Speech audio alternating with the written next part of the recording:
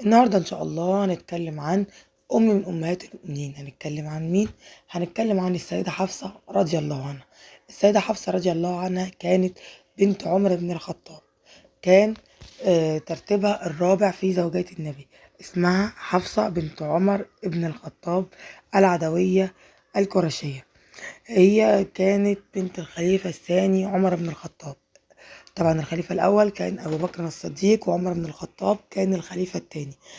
اللي لقبه الرسول عليه الصلاة والسلام بالفاروق، لأن ربنا فرق بيه بين الحق والباطل.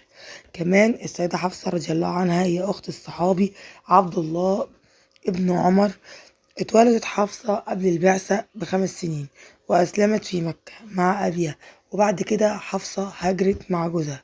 أيوة، السيدة حفصة كانت متجوزة واحد قبل النبي عليه الصلاة والسلام. اتجوزته وسافرت معاه. كان اسمه ايه؟ كان اسمه خنيس ابن حذافة السهمي. سافرت معاه للمدينة المنورة، بس المدينة المنورة زمان كان اسمها يثرب، وسميت بقى ذلك بالمدينة المنورة. الرسول سماها المدينة وهي نورت بقدوم النبي عليه الصلاة والسلام. فجوزها لما سافرت معاه خنيس كان في غزوة أحد، كان مشارك في الغزوة، فاتصاب وتوفى. بعد كده ربنا أنعم عليها واتجوزت بأشرف الخلق سيدنا محمد صلى الله عليه وسلم، عليه أفضل الصلاة والسلام.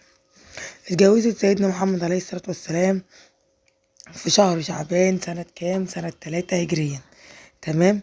وكمان اتعرف عن السيدة حفصة ايه؟ اتعرف عنها الفصاحة والبلاغة.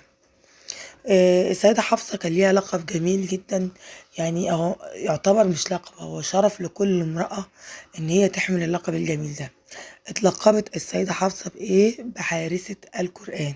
يعني سبحان الله، لقب جميل جدا.